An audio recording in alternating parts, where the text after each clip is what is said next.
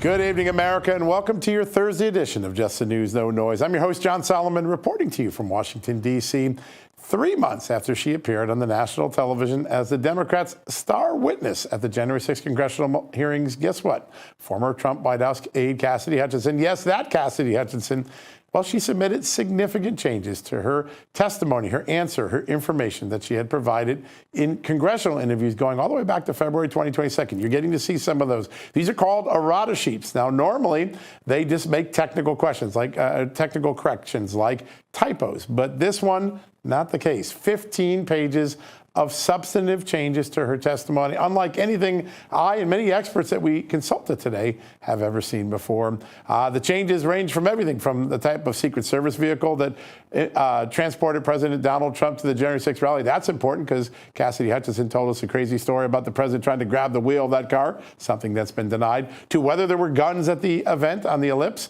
or to whether she knew anything about a meeting involving signs or chants in which they said, "Hang Mike Pence." All of those stories changed in the errata that we're going to make available tomorrow morning at justthenews.com. But you get it early because you're here. We're going to have a lot of great conversation tonight, including the chairman of the subcommittee that turned up this document, Barry Loudermilk. He'll be joining us in a little bit. But first, I want to turn to my amazing co-host, Amanda Head from Los Angeles. She always has a lot of other great breaking news. Amanda, what's on your radar? Good evening, John. You know, if I walked into a big and tall store and found out they didn't have my size, I would still be more shocked than I am over these revelations. And for those of you who don't know, I'm 5'1". Now, it seems that every single member of this January 6th committee was working to do nothing other than to get Trump. So there's a shameless plug for Alan Dershowitz' book.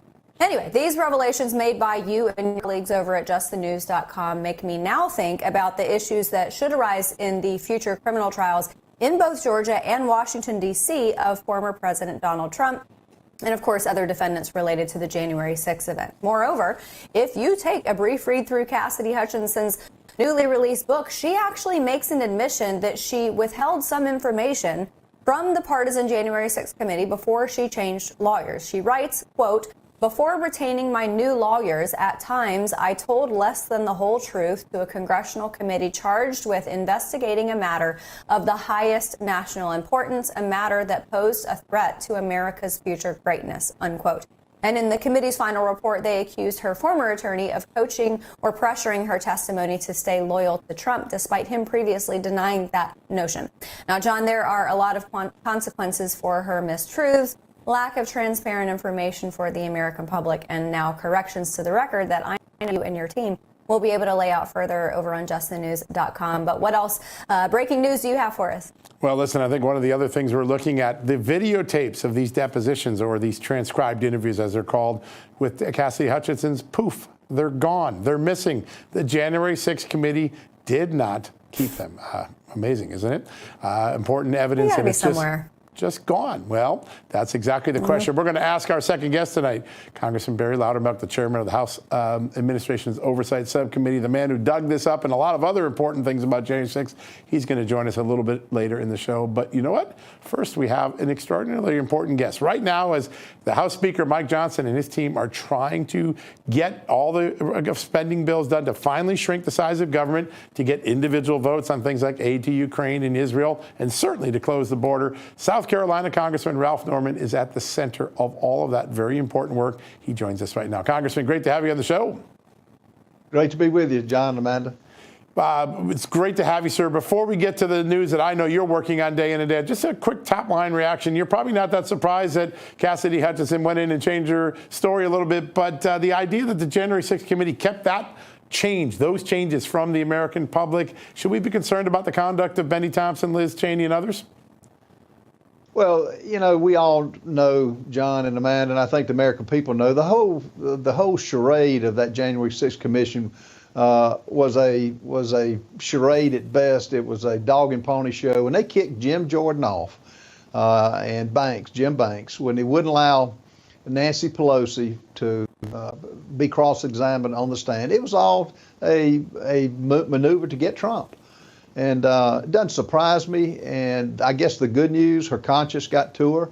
But now covering this up is just is a tragedy for the American people. There's got to be exposed, and there has to be consequences for this. This administration is running over our democracy, our Constitution, and for this to take place had to be pre-planned and had to be coordinated with all the members that led by Liz Cheney and her group. It's just unheard of, and I'm glad it's coming out now, and I'm glad Barry Loudermilk found it. Yeah, important stuff. Yeah. He's been on the hunt, and it seems like he's definitely hit a stride. Sir, I wanted to ask you about these spending bills. To my knowledge, I think Speaker Johnson there's only one more that's been completed of those 12 appropriations bills. My concern is that if this is punted to January, there's not going to be enough time for negotiations and any meaningful spending cuts. Do you share that concern and urgency for January? Yeah, I really do. I mean, Mike Johnson is an honorable person. He is truthful, and as I told him in caucus today, we trust what you say. But now, Amanda, it's time to play hardball with the Senate. The cancer in this country is spending. Politicians are good at that. They're not good at cutting. And what we're going to urge Mike to do is to, with whatever comes back for the Senate, it's got to have a top line spending level that we voted on in the House, which is the FRA number of started out 1.47, 1.59, but it's got to have the HR2 in it, which is the border control with teeth in it. It's got to have Israel paid for, which is already in the Senate's hands, and any funding for Ukraine has to be paid for instead of keep it going, and hopefully Mike Johnson will relay this to the powers that be in the Senate and walk away. The best deal is no deal in this case. And, if we're not going to start some type of fiscal restraint, when are we? And we're at the point now that this country is digging itself in a hole that I don't think it can get out of. Yeah, it's for the first time in a long time, Congressman, I walk around town and people see me, and instead of asking me about Russia collusion or January 6th or Ukraine and the Biden scandal, they say, are we ever going to cut the size of government? And are we going to be able to afford this debt with interest rates going up? It's really on the consciousness of the American people in a way I haven't seen in a long time. It's always been on the front radar for you. How do we get other members of Congress who don't have the urgency you do to realize that the American people are petrified of the debt that we're accumulating? Well, I think it's going to have to be led by the Speaker. And, we got such a tight majority, John, we're going to withhold our vote on it. And I know the drop back position is the 2% cuts called the Massey cuts that kick in April. But if I gave you 98% of what you wanted, is that really a cut? I would make the argument that it is not.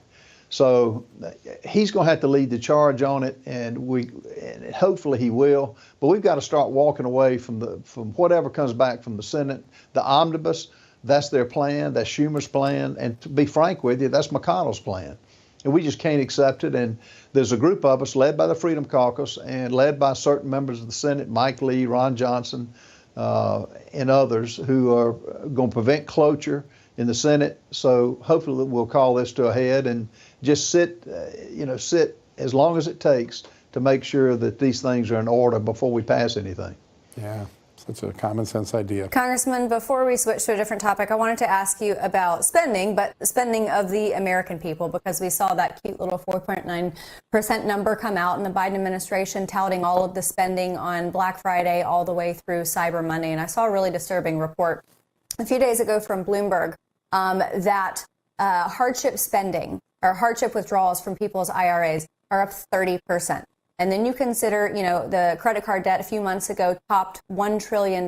You've got outside of the 20% wealthiest Americans, the lower 80% of Americans have less cash now than they did before COVID. And we're seeing these inflated, these bloated numbers. My concern is that after Christmas, after the spending is over and people start getting those credit card bills and they start feeling the pain of withdrawing from their IRAs, that the spending is going to stop and there is not going to be a soft landing for our economy. I gotta think that's not a part of Bidenomics, is it? No, Bidenomics is a hoax. The American people know it.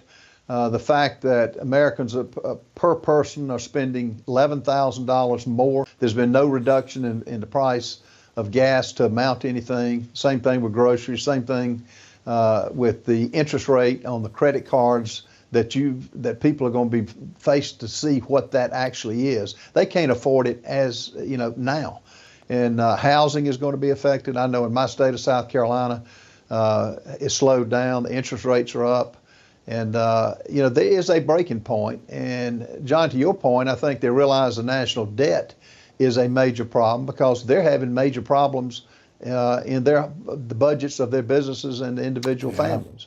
So there's been no bright light or no shining positive effect at any point.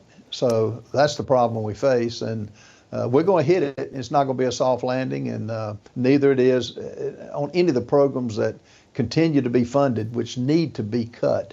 The Democrats we get no help on, and frankly, a lot of the Republicans we don't have any help on as well. Yeah. Sir, I just got a message from one of your colleagues, Congresswoman Marjorie Taylor Greene just texted me, said she's pulling her resolution from the floor tonight that was going to be the second impeachment articles attempt for Alejandro Mayorkas. She says she's gotten an assurance from the Speaker and from Mark Green, the Chairman of the House Homeland Security Committee, that, in fact, they will get to impeachment, but tonight's not the night. Can you give us your thoughts on that? And can the American people expect sometime soon some form of accountability for a Homeland Security Secretary who's left the border so insecure? Well, what's going to happen is it's called consequences. When it takes place, and I think we will get to the point, we'll get to 218 on Mayorkas, and hopefully we'll get to the impeachment of Biden when we get all the facts in on that. But we can't just continue to have the hearings with no consequences for these people who have lied to the American people. They've been blistering the Constitution and shredding it from day one. So she must not have had the votes, but the fact that heading into Christmas is probably not atop of the list. And in Congress, we seem to major in the minor. When it comes to serious cuts, we just don't do it. And so that's more important than who gets impeached. We major in the minor. That makes a lot of sense, actually. I love it's a good it. description. Sir, just 45 seconds left. George Santos, that vote tomorrow for his expulsion, it's only happened, I believe, 5 times in American history. Thoughts? Well, I'm not going to vote to expel George Santos. The Democrats are doing it to lessen the Republican votes in the House. And, he has to answer to his constituents. He represents the same amount that we do. Others do, and he's already indicated he's not running. Again, to even have this floor vote is another example of we major in the minor issues. I don't think the topic of conversation is around America is George Santos going to get thrown out of Congress. Democrats are good at distracting, and I'm not going to vote for that. That's an important point there, sir. Well, Congressman, I know there's something we know about you. You don't major in the minor. You major in the major issues. That's why we love having you on here. We're watching closely all the great work you're doing on the Rules Committee. Thanks for joining us tonight. My pleasure. Thank you. Thank you, sir. Good to have you on. All right, folks, we're going to take a quick commercial break. When we come back, you're not going to want to miss this. Georgia Congressman Barry Loudermilk. He's the chairman of the House Administration Oversight Subcommittee. That's the committee that took over the January 6th investigation when Democrats got ousted in the election. He's going to break down all the things that we learned about Cassidy Hutchinson and tell you why it's important right after these messages.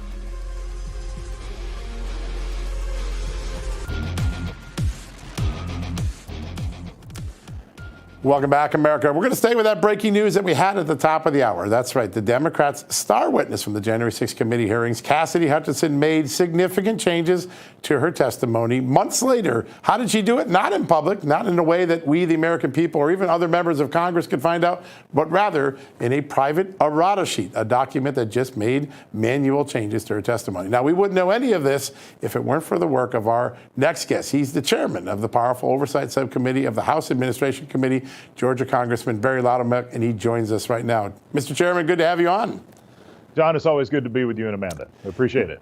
When your staff found this document, which had been kept from the American public for more than a year and a half, what was your first reaction to see the substantive changes that occurred here? Well, that was amazing because, we see a lot of errata sheets with all the depositions and transcribed interviews we have. And those errata sheets are usually for minor changes and technical errors in transcribed interviews, right? I was very shocked to see that substantive major changes in testimony was made over several interviews with one errata sheet. The other interesting aspect is when it happened, the errata sheet was done after she had gone public with her public testimony. So she had done several interviews up until that point in the summer of last year that it became public. Then it was the errata sheet was to go back and change her testimony. In my opinion, it's very suspicious that the errata sheet was changing her public testimony or changing her transcribed interviews to match her public testimony that she gave later. That's amazing. Yes, sir. I mean, these are big changes. These are substance changes, not just minor details here and there. And call me crazy, but when I hear about this and I see the major changes in a number of stories and high points of testimony that, by the way, the media absolutely ran with, do you think that there's any chance that Cassidy Hutchinson was coached on what to say, knowing that this committee hearing was going to be highly publicized, and at the same time knowing that she could go back and amend her testimony and the amendments would be concealed? You know, that's a possibility. We don't know what her motivation was, but I can tell you that her attorneys changed during that time as well. And so that is something that I think we need to ask her about. Why such a sudden and substantive change into your testimony, especially months after you gave those testimonies and then immediately after you made public testimony? Yeah. That obviously was different than what was in the original transcribed interviews. Yeah, that's what's so shocking about this. Sir, I want to ask about a possible avenue of investigation for you. Will you summon Cassidy Hutchinson? Will you summon Benny Thompson? Will you summon Liz Cheney for either a transcribed interview or testimony to try to figure out what went on here and why Congress and the public were kept in the dark about it? Well, John, we're to the point of the investigation right now where we have to make those decisions and we do have to get answers. So everything is on the table. We are willing to go out and bring anyone in that we need to get to the truth. And so a lot of what we've been doing right now is just going through the millions pages of documents. You know, they did not give us a database that they used. I'm talking about the Select Committee on January 6th. They gave us just raw data, boxes full of documents and hard drives full of random data. So it's taken us quite a while to get through to find what we have as well as what we don't have. And so we're to the point right now where we've compiled this information. We're finding things like this errata data that doesn't make sense. And so our next step is to start calling people in and start asking some serious questions. Yeah. Sir, obviously, Congresswoman Liz Cheney is no longer in office, but I would think, well, first of all, my question is, how long have members of that committee known about the errata, known about the substantive and significant changes to the testimony? And wouldn't there be some obligation, especially on the part of people who have R's next to their name, to speak out about these changes? And if they didn't, which they didn't, why wouldn't they? I'm going to assume that the members of the committee actually knew of this as in September of 2022 when the errata was made.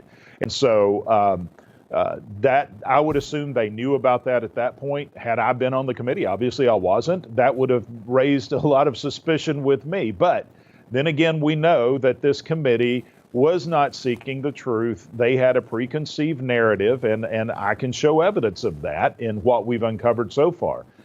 Even with the false accusations they made against me, they had a preconceived narrative, and they only cherry-picked what information fit that narrative, and they ignored several other major factors of which we've been looking into so far. Yeah, that is what has made your investigation so important. We're getting a 360-degree view of what happened on January 6th, not the tailored view that the Democrats gave us.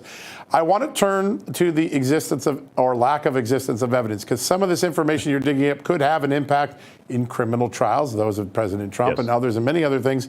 But can you confirm to us that the videotapes of Cassidy Hutchinson, the ones where she's now changing her testimony through the errata, that they are missing, they are gone? That is true. I can confirm that, and all of the videotapes of all depositions are gone. Again, we found out about this early in the investigation when I received a call from someone who was looking for some information off one of the videotapes, and we started searching and we had none.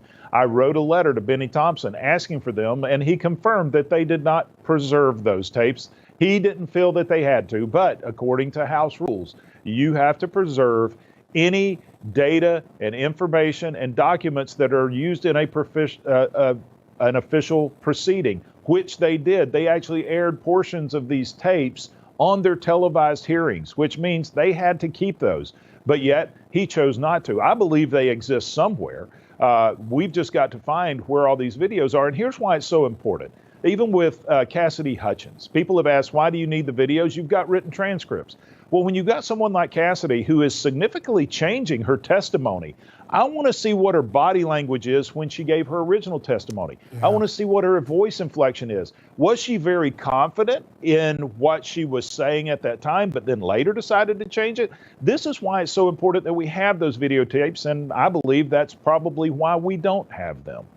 Wow, amazing. Oof, that's frightening to think about. Sir, I wanted to go back to what we were originally talking about with her testimony and the possibility. You mentioned that her legal counsel changed between when she testified to the committee and when they published or when they submitted the errata. How many other witnesses? Because by my recollection, I think that this committee, it was very expansive. I think they had almost 36 witnesses. How many other witnesses do you think that this possibly applies to as far as an amended testimony, and how do you get a hold of those too? Well, we're looking for those right now. We have found some errata data on others, and most of the testimonies, there are errata sheets. And as you would expect, most of them are minor details, just small errors that were made, that there were corrections made later. But on each one, those errata sheets come within days of maybe weeks after the testimony, not months. We're still not sure exactly how many people. We do know how many witnesses there were that testified publicly, but we're still unaware of how many people they actually got transcribed interviews or depositions from. And so we're going to be asking the committee to give us a complete list of everyone that you called in for a transcribed interview or a deposition, because we know there are documents that they did not give us. In fact, there are documents that they sent to the White House and DHS to keep us from having those. It's absolutely stunning. Congress keeping evidence from itself. It's just unbelievable. Sir, I want to turn to a bombshell revelation you made last night. I'm going to ask the control room to put these pictures up. You just got some new documents from the Justice Department that were congressional documents, but when you got them, the information's all blacked out. We'll show folks as you talk about this. Right. This is what I was referring to just a moment ago. During our investigation, as we're combing through the millions of pages of documents, we find a couple of letters from Benny Thompson, one to the White House and one to the Department of Homeland Security. Those letters were basically saying, we're sending you documents for you guys to keep. Well, these are House documents. They were transcribed interviews and depositions done of White House personnel and Secret Service in an official committee of the House of Representatives. Those are House documents. They belong to the House. First of all, he should have never sent them to the executive branch. So we asked for those documents back. What you're seeing is what was returned by the White House. Documents that were so heavily redacted that they're basically unusable. And so my question to this is, one, these are House documents. They belong to the House. They should have never been sent. And second of all, do not send them back to me this heavily redacted. Those are our documents. But my question is, why was it okay for a Democrat-run House of Representatives to have unredacted documents, but not when there's a Republican committee that's looking into this? What is it that the committee and or the White House is trying to hide? Maybe it's nothing. That's fine. But if it's nothing, why are you sending us documents that are so heavily redacted they're unusable? Yeah, that's a powerful question. Unbelievable.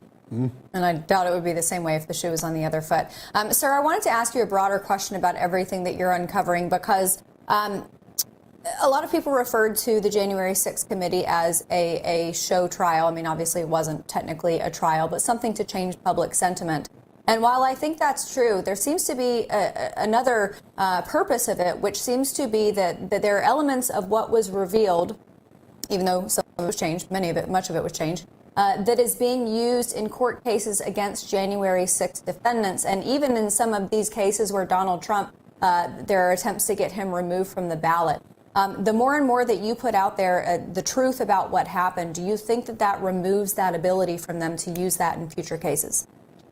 Well, it's interesting that the federal government has deemed that the very documents that you just showed up on the screen were valid enough for the federal prosecution against Donald Trump. Those documents right there, they are using in that prosecution, but yet we can't see those. So there must be something valid in those documents. And by the way, there's a suite of documents that were sent to the Department of Homeland Security that the Department of Homeland Security won't even reply to my letter to send those back. So we will be taking more aggressive steps going forward, both to the White House and Department of Homeland Security, because it's important that American people have the truth. That's true. And because of your hard work, we're finally getting some of the truths we were denied a couple of years ago. Mr. Chairman, what a great honor to have you on the show today. Thanks for that very important update. All right, folks, we're off to another commercial break, but we'll be right back with the newest member of the 118th Congress. She was just sworn in. We'll be right back with that.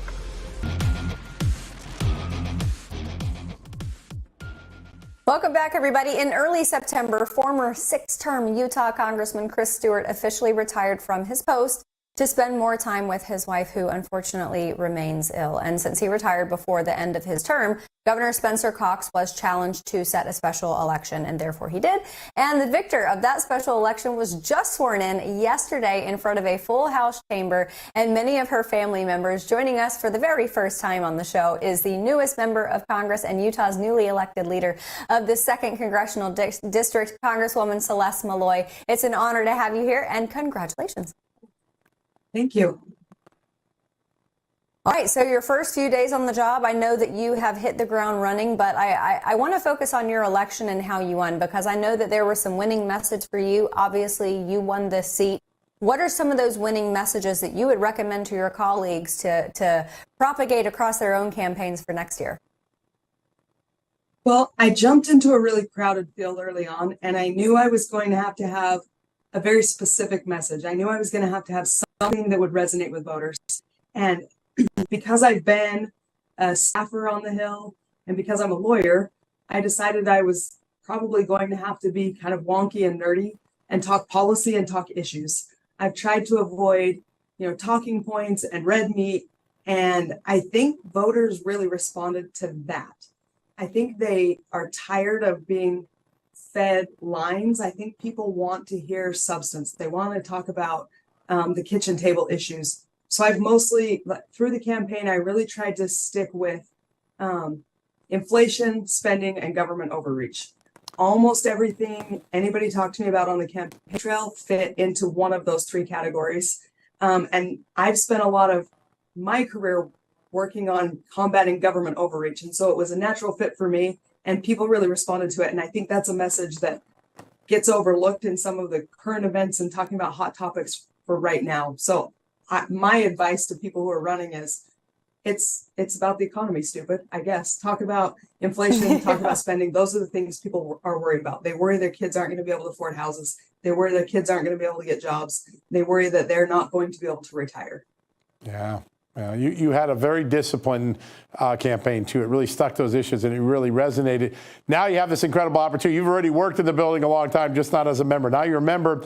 This is a moment, I think, unlike any time since I've been in Washington. Maybe the Gingrich Revolution, the last time that I was here, that there was some discussion, a real honest conversation about how we're going to cut government, how we're going to cut government overreach, how we're going to start to cut spending. What do you think the chances are that between now and the next election, Republicans can make a dent in showing that, hey, we can cut the government, we can cut the spending? I'm not a Vegas bookmaker. I don't know how to make odds really, but I think there's a chance. I guess it's the Dumb and Dumber line. I'm saying there's a chance. It seems like we're really focused on that. I've been talking to my new colleagues, and that's what people are talking about. We've got to cut spending. We've got a deadline coming up, and I think people are focused. So I'd say there's a chance, and it's not 1 in a billion. Those are good odds. I like that. Anything less than a billion. Honestly, I wish I lived in Utah, because anybody quoting Dumb and Dumber gets my vote automatically. I wanted to ask you about one of those main issues, those issues being the border. And Utah, obviously, people don't think of Utah as geographically a border state, and it's not. But as we know, especially with this administration, every state, unfortunately, has become a border state with respect to trafficking and crime and humans brought into the state. For Utah, how has that hit Utah the hardest? So I think Utah's unique amongst red states in that it has hit you. Beds for ICE detainees, people are coming and we don't know who they are and we don't know what they're bringing with them. Utah's also a state with a really low unemployment rate. So it's a state where businesses are asking for more visas. And excuse me, I've got a frog in my throat. I think that's what makes Utah unique in this conversation. Utahns definitely want the border to be under control. And it doesn't matter what else we do with immigration. If we don't have control of our border, nothing else is going to work. But in Utah, you can also talk about fixing the immigration problems once we have the border under control. And so I think the way it's hit Utahns is actually on both sides of the equation. We have people coming to Utah and they're undocumented. We also have a need for more documented immigrants in Utah. And I think that motivates people to be invested in finding a solution. Yeah, no doubt. It was great to see the pictures, the photos, the accolades, the congratulations yesterday. And it's funny because you've been in this building a long time. You know Congress very well, having been a top staffer to Congressman Stewart. But now you remember, what's been the biggest change in the first 24 hours for you? The biggest change is that I have found I cannot sit at the congressional desk just yet. I've spent some time in that office because it's the middle of a Congress. I went back into the same office that Congressman Stewart was in. And I can't sit at his desk just yet. I'm working up to it. But it's been great. Tuesday night was magical. It was like something out of a Disney movie. I think about 200 people up in the gallery and the whole House floor stood up and turned around and applauded them. That's what you're seeing right now in that video. And that was just amazing. They made my friends and family feel like VIPs. They made me feel very welcome. It was a great way to start a new chapter in my career. Yeah, no doubt. Very warming. It's great. I love that. And I wanted to ask you about another issue that I know Utahns care about, because Utah is home to a number of national parks, just absolute immense resources and natural beauty, one of the most beautiful states in our country. And I know that that's one of the things that you care about a lot, protecting that natural beauty from overreach by the federal government. Can you talk to us about that and your efforts going forward? Yeah. 3 of the mighty 5 Utah national parks are in my district, and they're a big economic driver. But we also have management issues when it comes to the parks. All of them are talking about how to limit the number of people who can come in. And that tends to hit locals really hard. People who are coming from overseas to visit a national park, they plan their trips a year ahead of time, and getting a permit isn't as big of a deal. Locals tend to not plan their trips ahead of time, and they want to still be able to get in the parks that are in their backyard. So we have a lot of those kind of issues we're working through. And then we have a lot of public land in Utah, and most of it is not the national parks. So when you're on Capitol Hill, when you're in Washington, D.C., and you're talking about public lands, I think people picture the parks. They picture the red rocks and the arches, right, and they get really protective. They want protection of these, gems of places. But we have a lot of public land in Utah that isn't like that and should be managed for multiple use. So I've got a lot of work to do back here, talking to my colleagues and helping them understand the difference and why we need their help. I know you're going to work like heck to protect those lands. New Congresswoman Celeste Malloy, we appreciate you so much. And before we go to break, my amazing co-host John Solomon has an exclusive offer for you don't want to miss. Check this out, and we'll see you on the other side of these commercial messages. Late and absent from the UN's Climate Change Conference. We'll be right back. You know what? Debt is something you go to bed thinking about, or maybe you wake up thinking about it. High interest credit cards and loans make it nearly impossible to pay off your debt, and insane inflation keeps you stuck paycheck to paycheck. The system traps you in debt. DoneWithDebt.com is your lifeline. DoneWithDebt.com has an ingenious new strategy to help erase your debt faster and easier than you thought possible. DoneWithDebt.com knows how to get debt out of your life permanently. Here's what they can do for you. Analyze all the debt options you qualify for. Reduce debt, minimize interest rates, cut medical bills without bankruptcy and without a loan. DoneWithDebt.com are the experts in brilliantly strategizing to help you get out of the debt trap. But you need to hurry. Some debt solutions are time sensitive. Go to DoneWithDebt.com. Find out how easy they can make life for you. Once again, that's DoneWithDebt.com.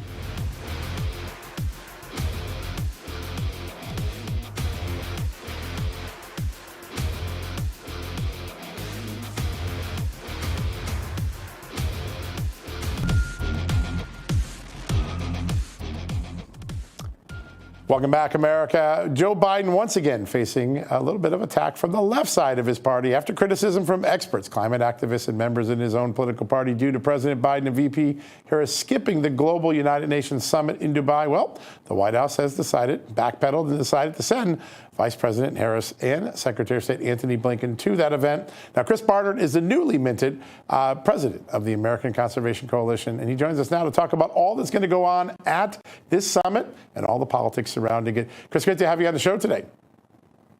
Thanks for having me. All right. So Joe Biden wasn't going to go. Then he got a lot of arrows slung at him from his own party. Then he sends Kamala Harris, who always seems to be the deputy that gets the bad assignments.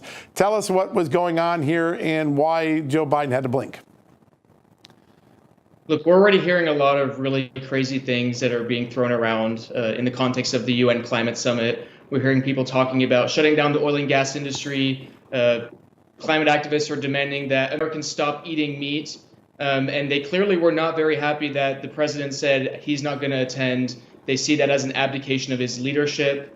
Honestly, I think that it's probably in the best interest of the American people that he focuses on other things like fixing our country here at home. That being said, he's sending Vice President Harris and Secretary of State Blinken to try and fix the mess that is over there. But I think it's going to be really interesting to see what happens over the next week or so. Yeah, no doubt. Yeah.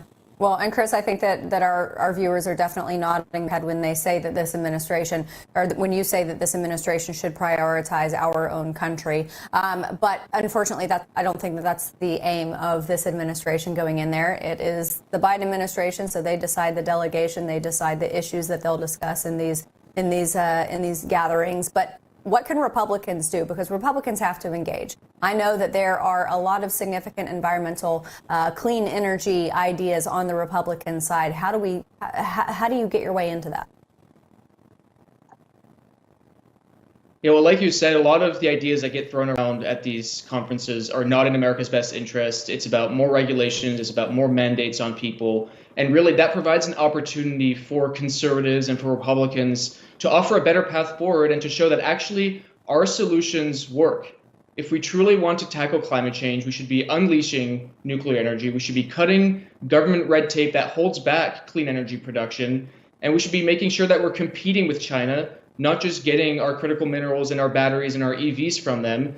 That's about American leadership. That's what we really need to see from this administration. But unfortunately, they're not providing it, and conservatives need to be the voice of reason when it comes to these issues. Yeah, there's no doubt. Chris, I want to talk about a lot of reality checks that have occurred in the last few weeks. You've got the car dealers writing the White House saying, stop the electric vehicle mandate. You got California saying, stop taking solar and wind that we spent billions to build because we don't have a grid to take it. There are a lot of signs that the solar, wind, electric vehicle revolution that Joe Biden wanted to bring in is sputtering to a halt because it has hit reality. Meanwhile, there is nuclear energy and gas that seems like it could bring down carbon emissions a lot. Why don't Democrats pivot to something like that? Well, it appears that this administration is hell-bent on repeating the mistakes of, for example, Germany. Germany shut down their nuclear plants. They shut down their domestic oil and gas production. And all of that did was it increased reliance on countries like Russia. We're seeing the same exact thing happen in the United States. In California, they've been shutting down nuclear plants. In New York, they shut down a nuclear plant. Biden is trying to stop us from mining the critical minerals we need to build clean energy in the first place. We're shutting down our oil and gas production, which is cleaner than most other places around the world. And so it's just a really bizarre world where they're abdicating leadership. They're not willing to embrace the solutions that actually work. And again, like I said, that's an opportunity for Republicans to step in and show we're going to grow the economy. We're also going to reduce emissions. We're going to strengthen energy security, and we're going to make sure that our energy future isn't reliant on adversaries like China or Iran or Russia or Venezuela. We can tackle climate change here at home if we do it the right way, and we really need Republican and conservative leadership to help make that happen. Yeah, so much more important, Yeah. right? Yeah, absolutely. And Chris, you know, Republicans, I think, are the original environmentalists. They are the folks, the originators of the idea of conserving our resources, taking care of our country, taking pride in our land. And I think that you see that on the other side of the aisle in ways that just don't make sense. We always talk about putting the cart before the horse. And I know your organization worked with Republicans to try to message better, because 2/3 of Americans support development of clean energy. It's not that Republicans don't want it. It's that I don't think they message well enough. But I know that you guys work with Republicans on that messaging. Talk to us about some of the key points that you reinforce with them when they're out on the campaign trail. I think you're absolutely right. And the hard truth is that Republicans are losing on this issue, actually losing really badly. The vast majority of people in this country believe climate change is real and that we need to do something about it. Young people especially are voting on it as well, and they're voting for Democrats and they're not voting for Republicans. And so what all of that means is that we need to start re-embracing that Teddy Roosevelt spirit that you talked about. That conservatism is about conservation. It's about protecting the land that we love and passing it on to the future generation in a place better than that we found it. And that's about talking about solutions that actually work. And when we talk about solutions at my organization, the American Conservation Coalition, we talk about what not just sounds good, but also what does good. A lot of the solutions we hear about nowadays are just about what sounds good, not about what actually does good. We talk about unleashing nuclear energy. We talk about cutting government red tape that holds back clean energy production. We talk about mining our domestic resources that are cleaner than almost anywhere else in the world. And we talk about competing with China. Those are innovation-led pro-America solutions that are actually going to work and deliver for the American people and for the environment. Yeah, those are common sense, aren't they? And they're just missing from the conversation. Now, there won't be a lot of common sense at COP28. In fact, one of my good Democrat friends said COP28 is the only place that can make California look liberal. And I know exactly what make him look conservative, excuse me. I wanted to ask you, we got about a minute left. Tell us some of the zanier things you think will be proposed here that could be really a threat to our wallet. Yeah, so I'll be at COP28 next week, and I think I will hear a lot of really stupid things. I mentioned earlier that they're talking about stopping people consume red meat. They're talking about shutting down the oil and gas industry. They're talking about having American taxpayers fork over hundreds of billions of dollars to send to other countries where the money will just disappear in the pockets of corrupt dictators. This is not how we should be leading. We should be producing the cleanest, most advanced goods in America and then exporting those to the rest of the world. That's how we actually do something about it and allow them to grow economically based on competition rather than on handouts. That's how we can grow the global economy while tackling climate change, not just giving them handouts. Chris Barnard, we're lucky that the American Conservation Coalition does the wise, common sense things to get this debate on the right footing. I guess Joe Biden had so much trouble getting rid of gas stoves, he decided to get rid of the meat so you don't need the gas stove, but we'll see what happens. I don't know. We'll know next week. All right. Great to have you on, my friend. Thank you so much for joining us. All right, folks, we're going to take a quick commercial break. We'll be right back after these messages with some final thoughts.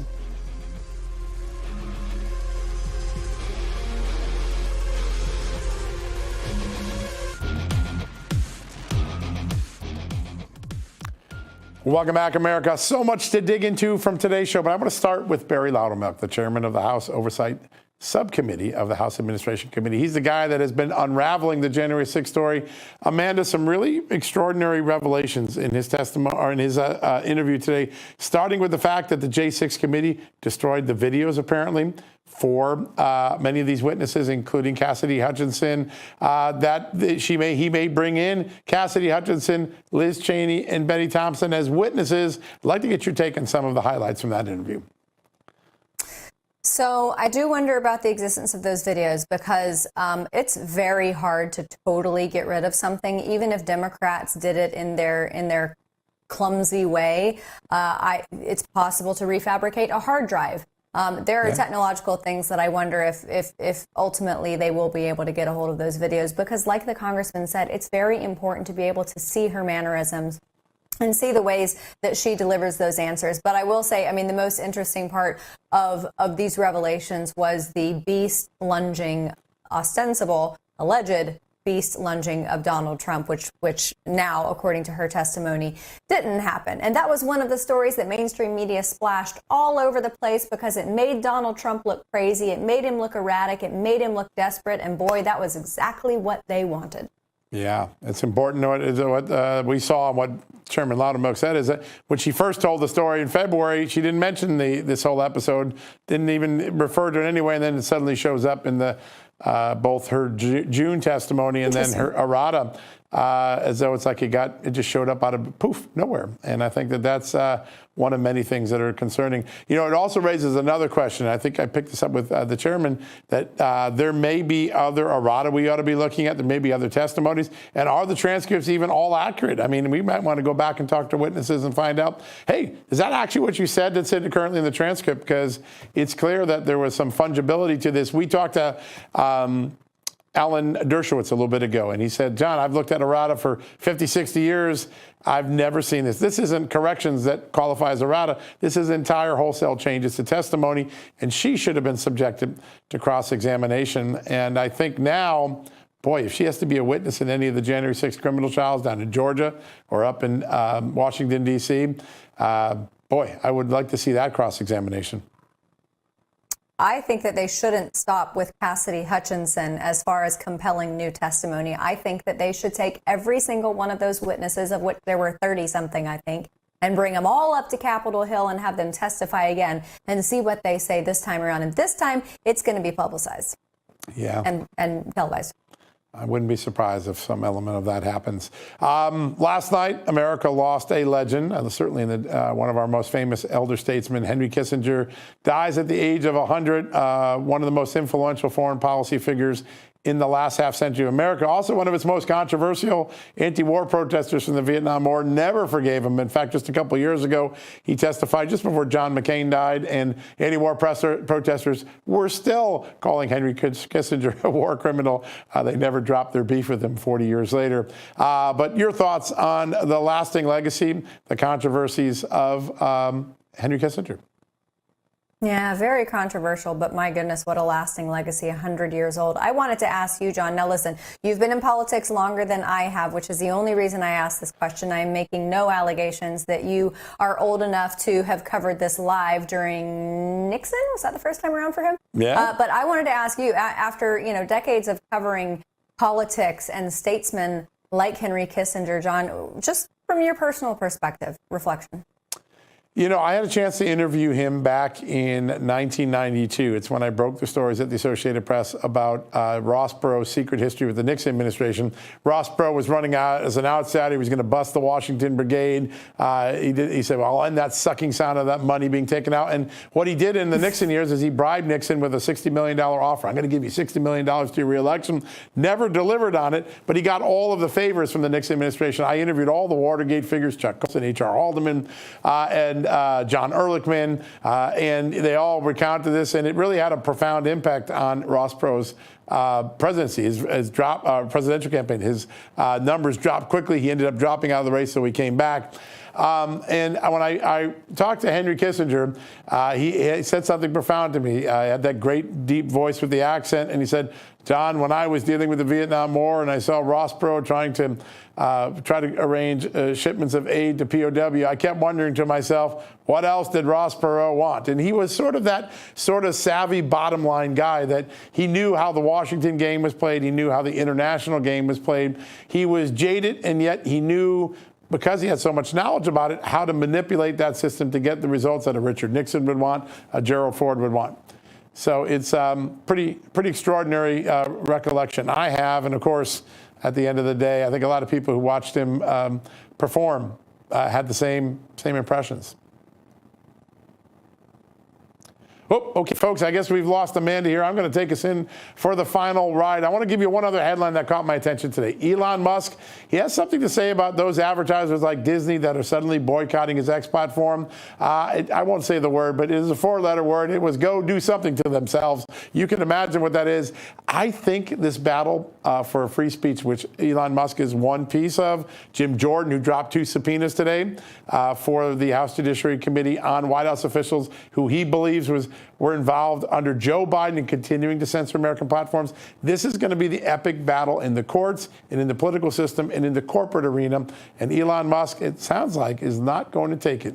He intends to fight those advertisers, shun those advertisers, shame those advertisers, and try to take on cancer culture head on. That's going to be a pretty big battle for all of us to watch. Now, before you say good night tonight, a quick programming note for tomorrow night. House Oversight Committee Chairman James James Comer. He's going to be here tomorrow night. Also, the communications director for George Santos, like your former communications director, she's going to be here right after the vote to expel or not to expel George Santos.